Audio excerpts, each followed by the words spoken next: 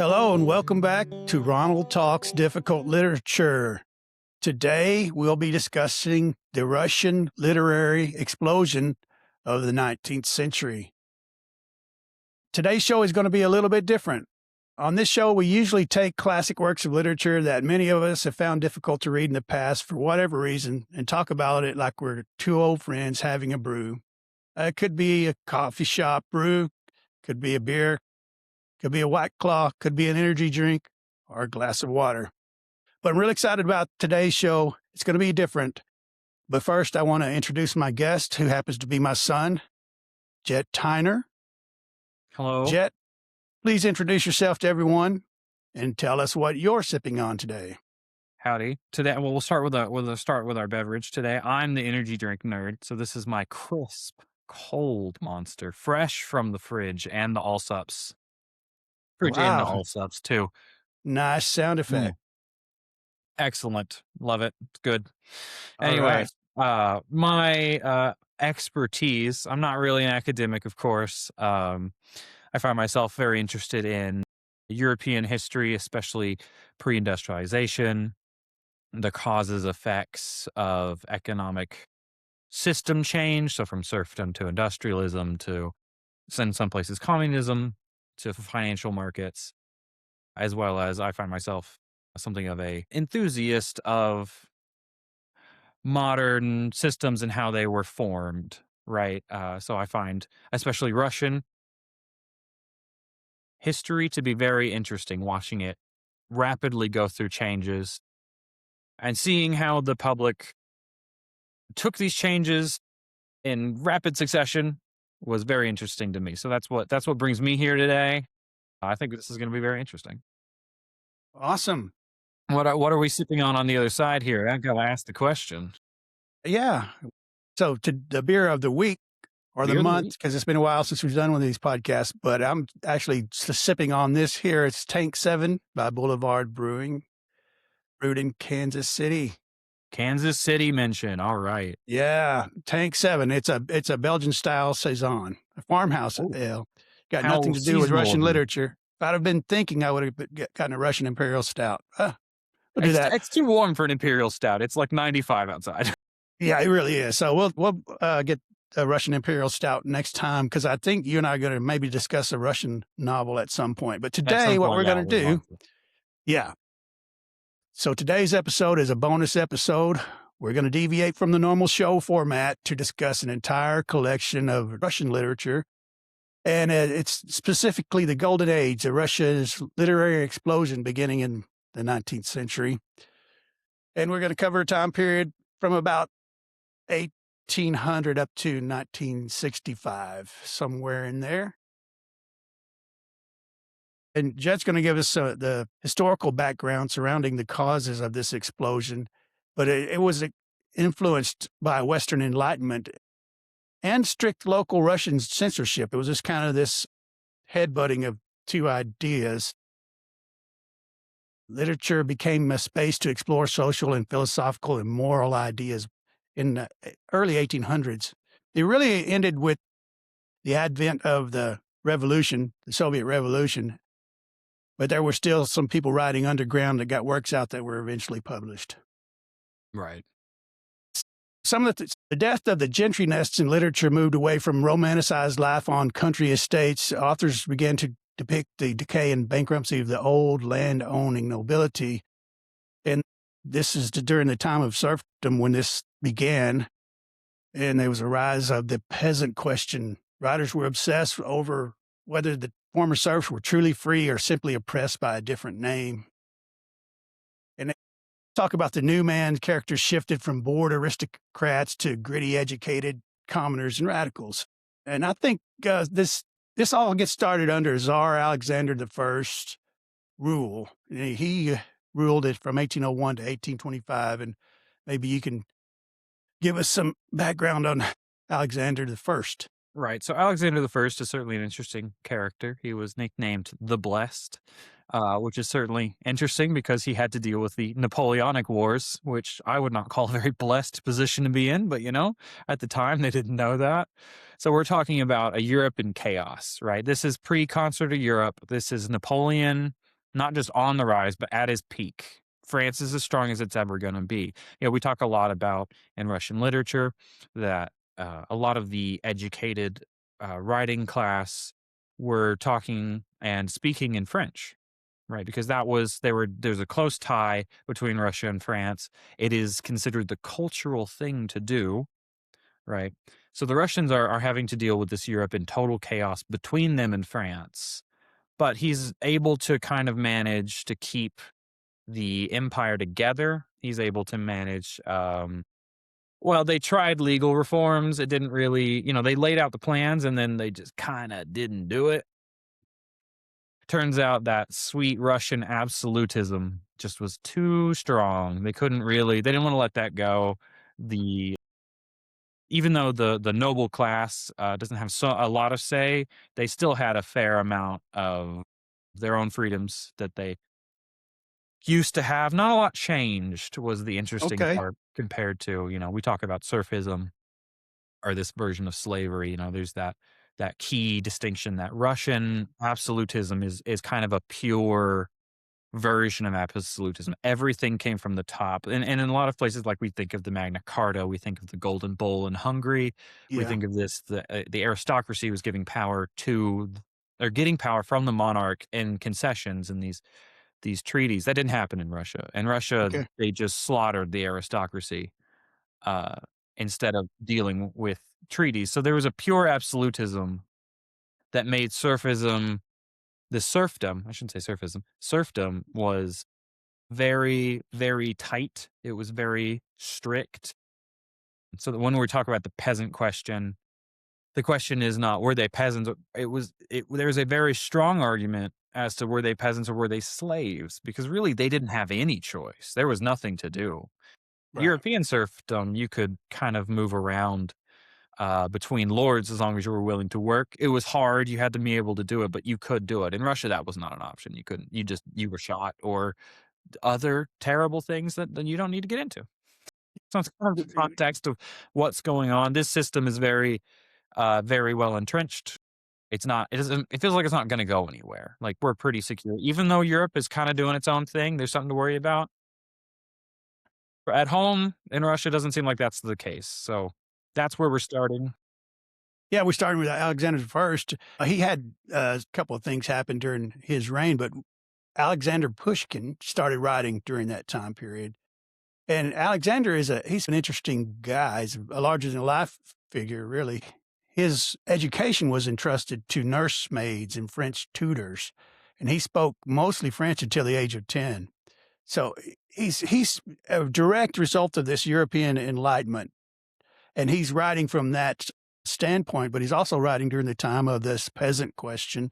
He wrote a poem in verse called Eugene Onegin, and I think in Russian it's Eugene Evgeny, but I probably said that wrong. But it even had references to Lord Byron in there. Pushkin denied any influence by Byron. So that's just neither here nor there, but it's one of those things that people talk about when they talk about Pushkin.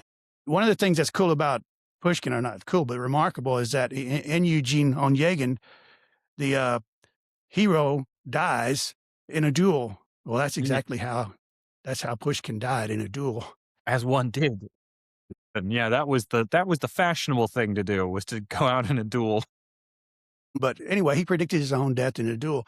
And then we had Gogol now. So this part of the peasant question comes up more with Gogol. He was writing in this time period. He was born in 1809. He died in 1852. So he's definitely writing during Alexander I's reign.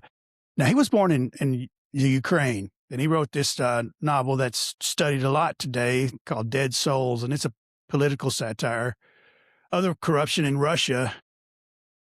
Gogol was forced to rename Dead Souls to the adventures of Chichikov to make it seem like it was more harmless, but he did get it published. So he's starting to talk about peasants as human beings. So, and Which then, was quite novel at the time. yeah, this enlightenment is coming. People are starting to writing great poetry and great stories, but the stories have, especially the stories, their critique on Soviet, or not Soviet yet, but Russian Yeah, this would have been the corruption. Yeah. imperial, Yeah. double-headed eagle, imperial on the blue, red, and white. Other way around. Sorry, I said that backward. But yeah, I think this would have been that time period. I would also like to point out that, these were novel ideas domestically, right, internally. By about 1830, we're talking about the Industrial Revolution and Great Britain. We're talking about the healthcare pots the Germans are making under Bismarck in the 1870s. Like, peasantry was kind of gone for the most part in Europe by the time the Russians started even questioning whether a peasant was a man. So, like, they're real behind on this path. So what, not to spoiler warning, a lot of this is going to be the quick demise of an old system into a new system that is untested, and that causes a lot of turmoil, which really is, again, very interesting. At least to me, we're kind of nerds, so. Yeah. So after Alexander's reign was Tsar Nicholas the First, and he took over in 1825, It's his and younger he brother, continued. interestingly, if you can believe it. Alexander the First actually had no legitimate children. He was busy, let's say, and when he died of typhus, the only one left was his younger brother. I did not know that. Kind of Well, I do interesting. know that wasn't their father maybe Paul or one of the Yeah, czars, but yeah, he's the one that he enacted the strict censorship policy that had been going on for a while. yeah. So Nicholas kind of reinforced it. That was a real issue for writers back then. And this is when you started to have people like Dostoevsky come on the scene. Nicholas, under his reign, they had the Crimean War. They started in 1853, and Nicholas died in 1855. But so it was a start of the Crimean War, and you've got Dostoevsky writing. He's he's regarded as one of the greatest novelists in both Russian and world literature. He's dealing more with themes of religion. He dealt with some spiritual ideas like the great sorrow of a society losing its religious anchor to modern materialism. He starts to see changes just into modern society. He feared that rejecting God and tradition would lead to moral chaos. So he wrote some very famous novels that are studied at high school and university today. And among them are Crime and Punishment, The Brothers Karamazov, and the Notes from the Underground. We could talk about those. So Crime and Punishment is very important because it talks about this character who he compares himself to Napoleon, thinks he has the right to commit crimes if it serves a higher purpose. He thinks this exceptional, extraordinary person like Napoleon. And then Brothers Karamazov, it explores again religion, God, free will, and morality through these three brothers and their suspected illegitimate half brother. Dostoevsky's more about religious ideology and existentialism, and that's where Notes from the Underground comes in. And we're not here to talk about literature so much, other than how it exploded on the scene. And these were three incredible works that happened during the time period. Yeah. Well, I mean, when you talk about this time period, Nicholas the First, Alexander had Napoleon to think about, but Nicholas the First actually had to deal with what was going on. When we talk about the Crimean War, it's important. This is a lot going on. Some people regard this as kind of the first like human intervention in Greece in the independence, not a movement, it was a war, full on independence war with Greece from the Ottoman Empire, which was known as the sick man in Europe at the time. This causes a lot of problems because Russia was kind of the police of Europe, right? In this concert of Europe they've created, it was already in tatters, right? The British are looking at the fact that the Ottoman Empire is weakening and how Russia's expanding. There's a lot of Russian expansionism. They're pushing into Crimea. The Ottomans are losing their position in Europe. The Hungarians have already tried to revolt against the Austrians, right? Like this Balkans region, this kind of Eastern Europe Balkans region is in a lot of chaos. And it's entirely because the Ottoman Empire is, and they wouldn't know it yet, but it's collapsing slowly. It's a very slow over time thing. So the Crimean War is this big, it's not a boondoggle per se, but it's this big complex conflict. And it's really one of the first of these kind of concert of Europe-esque issues that would arise that would eventually result in the First World War. But that's a ways off. We're not going to get there yet. But Okay. all of this is going on, and it's the big official reason tying into Dostoevsky is the French have declared that the Catholics, because they are Catholic, and with a little gunboat diplomacy to really polish it off, own the rights to rule the Christians in Palestine, where the Ottomans are disagreeing entirely, and the Russians believe the Orthodoxy have the right to control because they're on the eastern side. They're old Rome, so they should Right. have the ability. And that's the big kind of official dispute that kicks all this off, apart from the politics of Okay. it all, which Yeah. is pretty interesting. Okay. Well, Where he so from said, there we moved to Alexander the Second. We're up to 1855 now, and this is 1855 to 1861, and he abolishes serfdom at in the last year of his reign. But one of the things that he did, he relaxed media censorship, and then you get writers like Leo Tolstoy.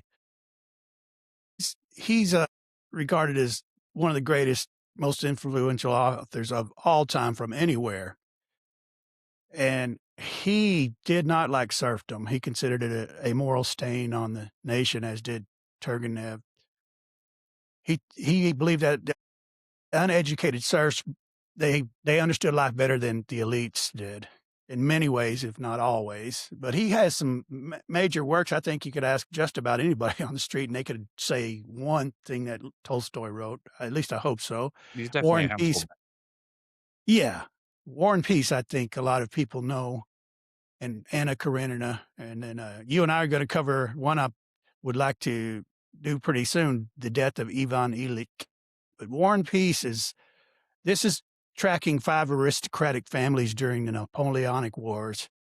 And there's a lot going on here, and a lot of it's philosophical, but one of the big takeaways from it, I believe, is that history is not made by great men like Napoleon, but it's the result of millions of tiny individual actions that no one person controls. I think he does a good job of that in War and Peace. And then Anna Karenina it reflects on Tolstoy's own real life struggle to find a moral way to be a landowner in a postmodern serfdom world. It's a criticism of a lot of things, but definitely serfdom. Yeah. So, I mean, Tolstoy was in, it's not as chaotic, right? So when we're moving through these time frames, Russia has gone through the Napoleonic Wars from 1805 to 1812, and then they move into a post-Napoleonic War, but also Napoleon's still around. That's when you're starting to get the concert of Europe comes into play. So now they have these really complicated political ties. When we get to Alexander II, things start to kind of calm down a little bit. People are figuring it out. We've got the concert of Europe is kind of doing its job, right? Which is to keep everyone tied up so that nobody gets into a big conflict. But there are some things that are going on. Obviously, serfdom has been abolished. Alexander II has rolled back the media censorship quite a bit. This has more to do with whereas as Dostoevsky was dealing with religious differences, Catholics, Orthodox, morality, materialism. The big part with Tolstoy is there's a new class of people, right? We're out of serfdom. What are these people thinking? What are we doing? How do we interact as a society now, right? Like we've been doing this for hundreds of years. We need to change it, but what do we change it to? We're not really like the Europeans, right? As well as this idea of great man history, where a lot of Europe had been teaching and really doing history in the sense of from great men come great things, which is what turns and pivots things in history. You can really see Tolstoy dealing with men as people on a more down to earth level as compared to a lot of what had come before him, right? Yeah. Really that Yeah. humanities, like down to earth, ground level type of thinking Yeah. and writing and storytelling, which is I think is a part of why he's a household name. Is a lot of people can kind of relate to what he's trying to say. Yeah, and he highlights the difference between the chaos in the cities like St. Petersburg and Moscow to the pastoral A lot of this is about farming. If you read Anna Karenina, there's a lot about farm life. Yeah. Yeah, but it comes from a place of genuinality that I Mhm. think people reading the books, especially at the time and even now, can understand, which gives it a staying power. Yeah, the human condition, it That's what it really is. brings that out for sure, and his Not that it's stories are easy existential. to read. Yeah, well, if you study literature at all, you'll hear that come up over and over, and I do believe that's what makes great literature, and I think it's timeless. Does Yeah. not matter what technology is of the day, human beings still have the same No, wants, exactly. needs, desires. Yeah. For So sure. It's yeah, definitely in this time frame that we're talking about, 1855 to 1861, this is when it's really up front and present in Russian yeah. literature. So the serfs get freed right there at the end of his reign, and then Alexander the Third comes in 1845. After his Tolstoy's assassination, bombing of a carriage that Alexander II was in. Yeah, that'd be interesting history to read. So we hit the heavy hitters there, and the reason I mentioned these particular people is because I've read all these books that I put on here, but there are others, like I mentioned Turgenev, and I didn't say anything about his work because I haven't actually read it yet. It's on my to be read list, TBR pile. Yes. And so we have Tolstoy writing during Alexander the Third's reign as well, and then up to Nicholas II, right before the revolution. Let's see, Tolstoy, when did he die? I can't remember. 1910, right? That's what Okay. I have written down. Good, good, okay. Well, that Yeah. right before the revolution. So, yeah, he's writing all the way through Nicholas II's, Yeah. reign. He was writing up until he, disappeared on that train. Yeah, he was around 80 years old. I had loaned you a copy of The Death of Ivan Illich, but in that volume, they also have his confessions, which Yeah, is it's pretty Confessions interesting. and the Death of Ivan Ilyich. I mean, there's some interesting stuff going on in there, and the translation was, as you know, but the translation was done by a man, who was very familiar with Tolstoy, he was a Russian speaker. I don't know if he was a native speaker or not, but he was very, very fluent, obviously, and he was writing this translation while he was dying. Mhm. So it gives the book a bit macabre, but a very genuine feel, a very Yeah. authentic understanding of the emotions going through and the knowledge that life will just go on after it's over. But that's a podcast for a different day. Yeah, I But, do think we want to explore that one because I think both of the works in that book that I loaned you are very touching. they're And very, it yeah. tells a lot about, Tolstoy. He rejected, he did wish he had never written Anna Karenina. I don't know if he said it in those terms, but he kinda rejected that his younger self, and you can see that in Confession. Hmm. So we will go up to the February Revolution. That's where things start to change for writers, and I think this golden age is just about to end here whenever, Lenin takes power. Yeah. Change it, and that'll bring us to Animal Farm, which we did in our last podcast, We're, yeah. but, See, there we go. We planned that out. yeah, we just total accident, but, yeah, there was a February Revolution, and then there was this dual well, you can probably tell the story better than me. Go give the So, okay, historical yeah, account. we've got a dual power thing going on when we talk about this. It's called the Duma.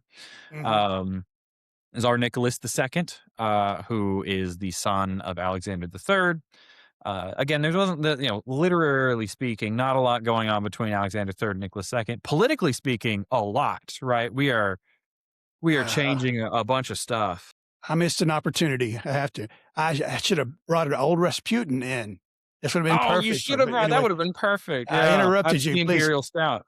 It's the Imperial Stout has got a picture of Rasputin, which is maybe almost blasphemous in this context, but go ahead. I'm sorry. I The think it. I Duma. think it is funny though. I mean, tie it in, right? So Yeah. Alexander III, Nicholas II. Literally speaking, not a whole lot. Politically, just everything is going down. Right now, we're talking about the transition from serfdom to industrialized country was horribly handled. Right, Alexander III was terrified of being assassinated.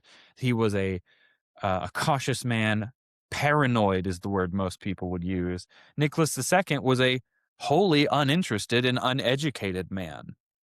Not by choice. He wanted, had he actually been like brought up in a way that that a lot of royals would have been. He would have been educated in a more traditional sense, which he was, but he was more interested in the humanities, the arts, the critical thing. He was not the political player that the empire needed, which caused a lot of problems. So Russia's behind industrially.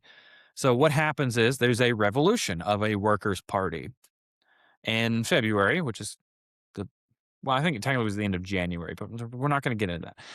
In February of 1917, there's a revolution. What they're asking for is representation. They want a parliament. So he gives in. He builds something called the Duma, which is a European-style parliamentary system built on the German parliament, if I recall correctly, with different names. Could be wrong on that. It might have been the British version. Might be a combination. He did have Charles V and Wilhelm II to ask, so I'm sure he got Mm, both. yeah. That's foreshadowing.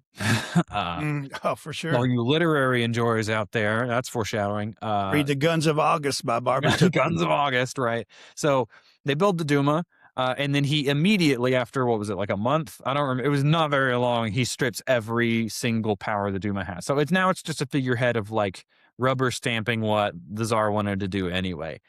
Naturally, nobody liked this, and because it's 1917 and the printing press is now really efficient and a lot of people are starting to learn how to read correctly, they find out. They're very upset by this, and in the end of October, they do the full revolution, right? And so this dual power was not very dual or very powerful, but it technically existed for a few moments in history, just that Yeah. beautiful, the parliamentary system that Russia never really got as they were, as the absolute, just the absolute power, that sweet top down crushing, boot crushing power that the czars had was just too much. They could never get rid of it until they were gone, Yeah. uh, which really, makes for great literature.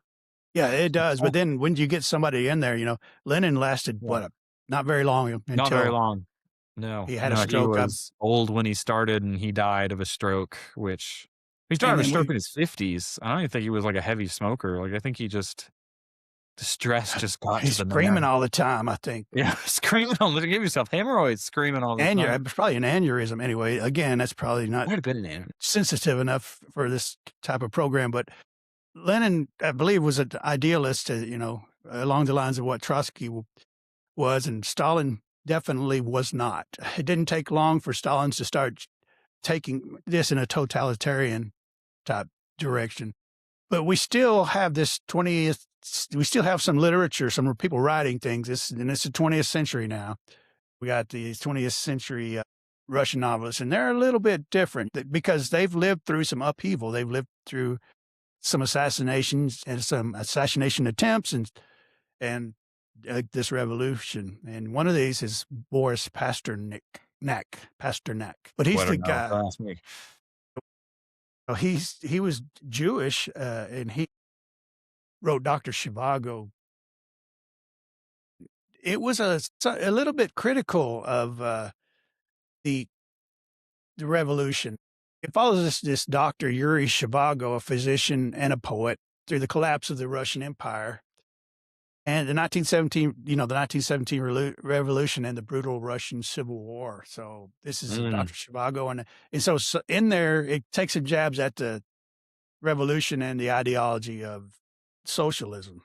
But he somehow, so it was refused by the censors. They had the censors in Soviet Union, and they refused the publication. But he got the manuscript smuggled out to Italy, and it was published in Milan.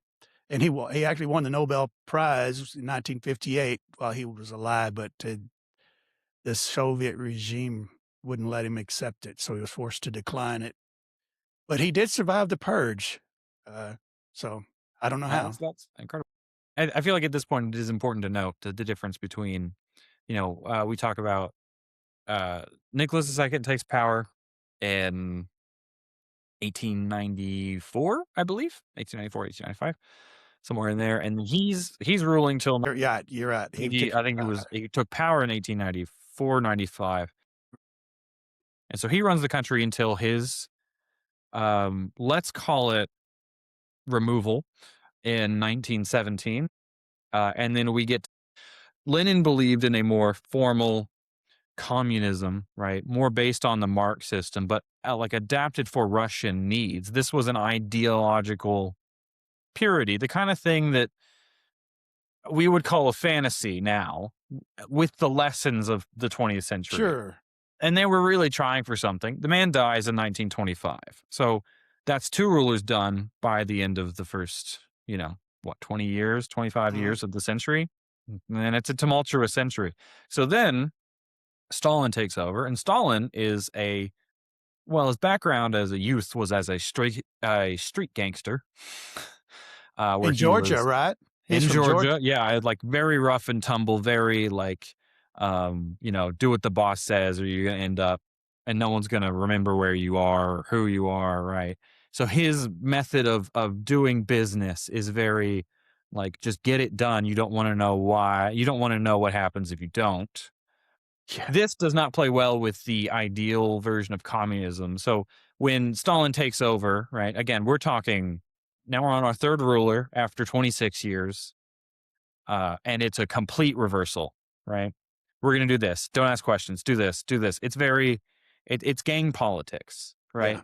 Top brass ones, and we're back. And then it was so sweet for so short of a time. We're back to absolute top down absolutism. But this time it's a man who spent his youth with switchblades in the streets of Georgia, and he comes down hard on censorship. You don't hear anything he doesn't like. He Yeah. doesn't want to have these writers being world famous. They don't want to know, because they're trying to project the Soviet Union as this regional power that Yeah. they weren't really. And so he doesn't want any of that out there, right? So this is a hard shift. He's also becoming very paranoid by the Very 1930s. paranoid, yeah. And there's purges, right? Which Yeah. you know more about, because this is more of a literary idea, where a lot of these authors didn't make it. No, a lot of Some people don't even, intellectuals were just eliminated. People just they were just disappeared. gone. Yeah. But somehow Boris made it through.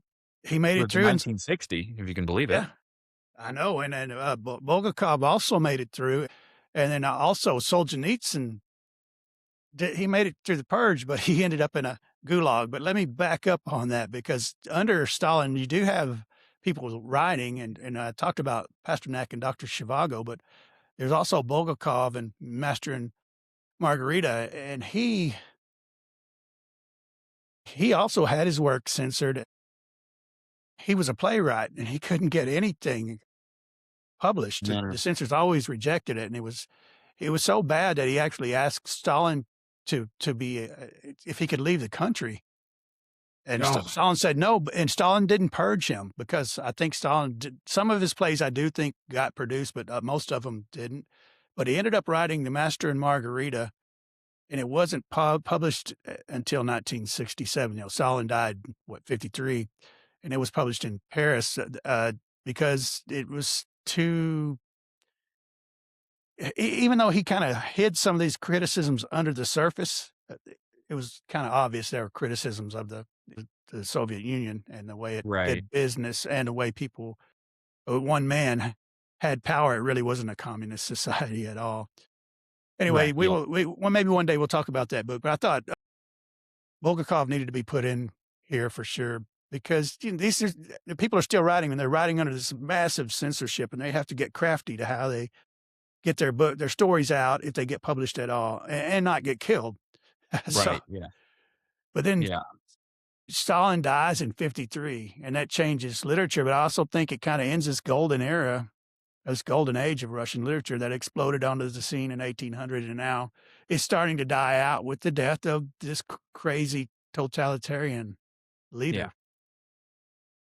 Who died because nobody wanted to check on him, and he They were died of scared to what check was it, a on him. heart attack? I think it might have been that, or a stroke. I don't know, but there is It was a stroke, yeah. Like, it would have been so easy if somebody was in the room. They would have whisked him away to the hospital, but because everyone was so terrified of Stalin, they they didn't didn't want to go in the room disturb for, him. what was it, 2 days? 2 or 3 days. And, 2 or 3 days he's sitting in there and he had died, and no one was willing to even risk going in unannounced.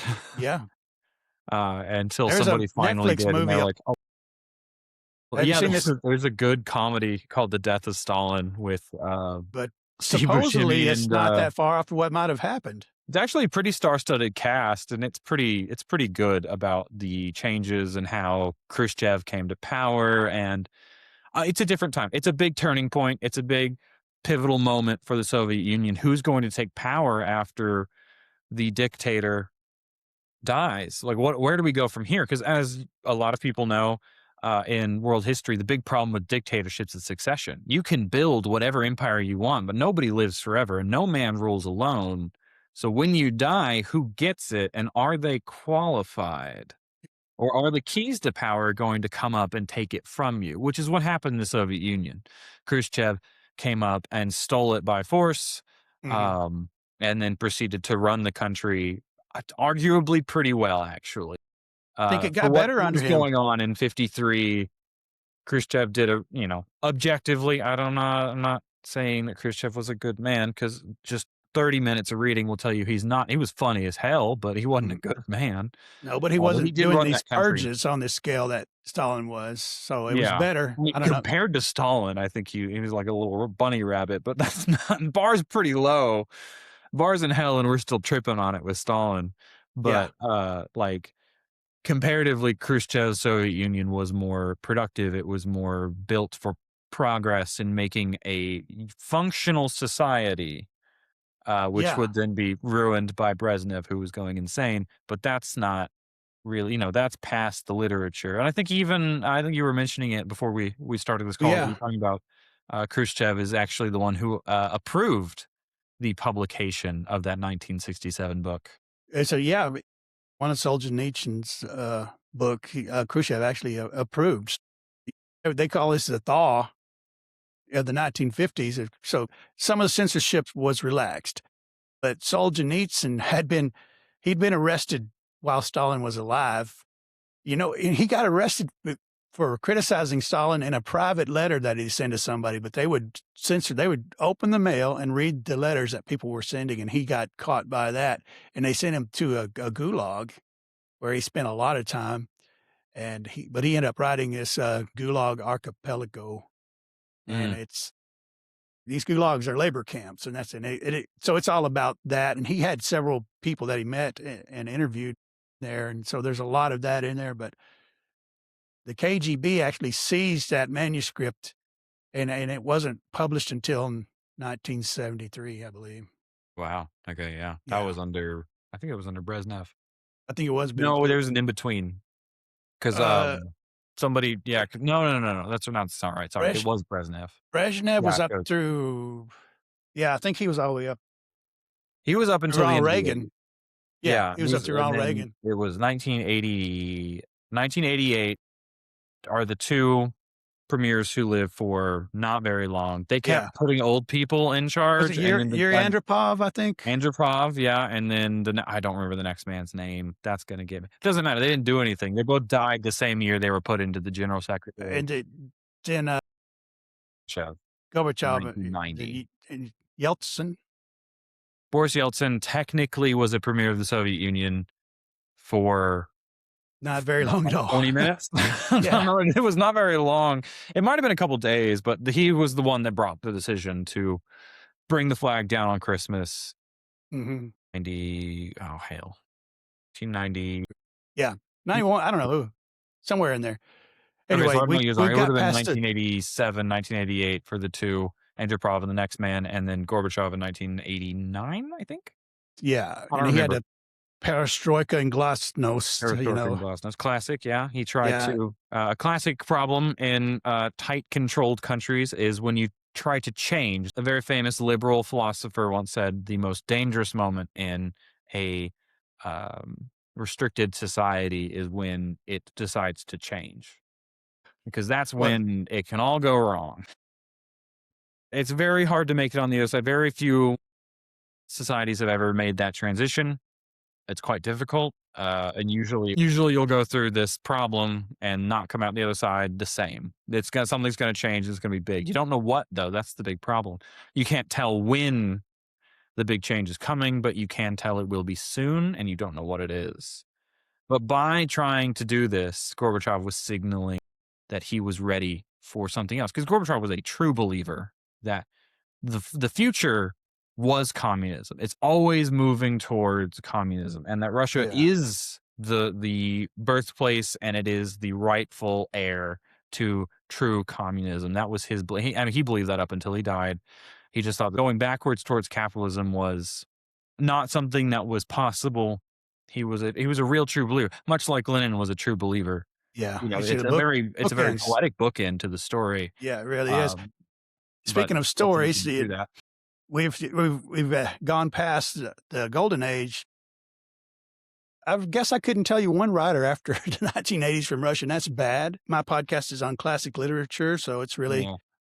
that Well, it's not very it's about the classic, time is it? period classic literature ends, or to me around I 1980, mean, maybe to up to 2000. But we're only 26 years removed from that. So you I could think do a once you get to whole Toni on Morrison, anything after Toni Morrison is modern literature to me.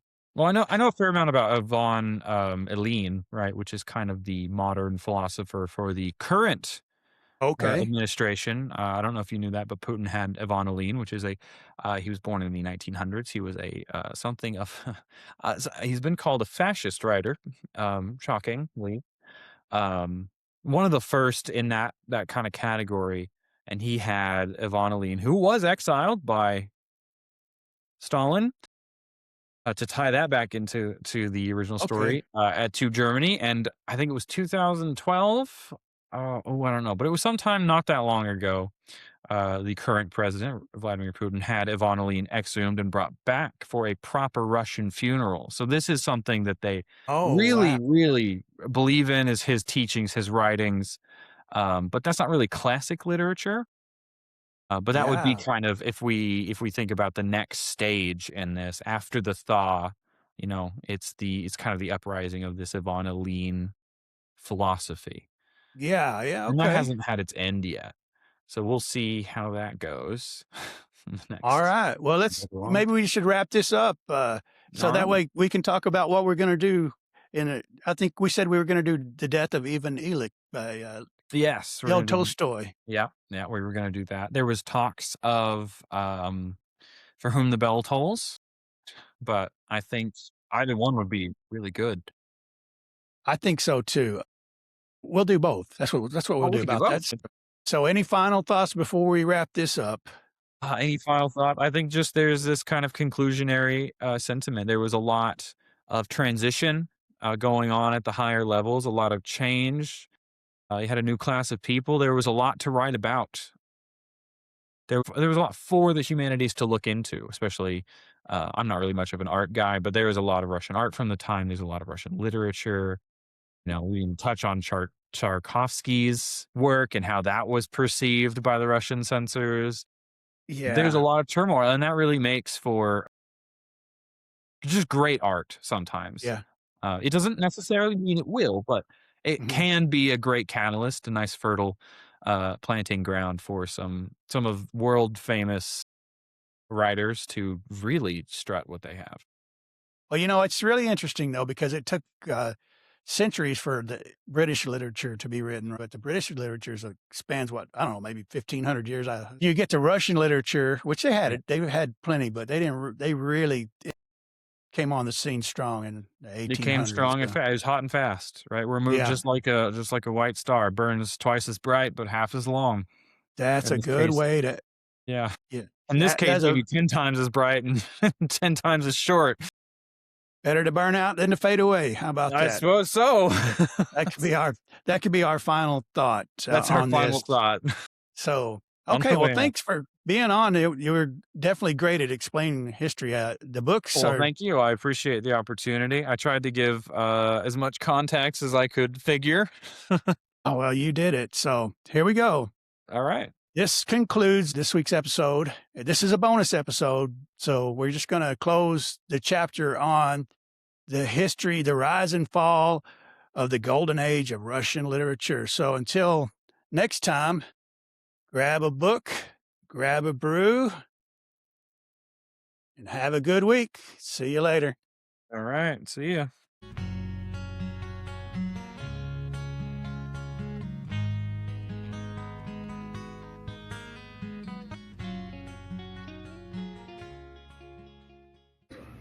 All right, take two.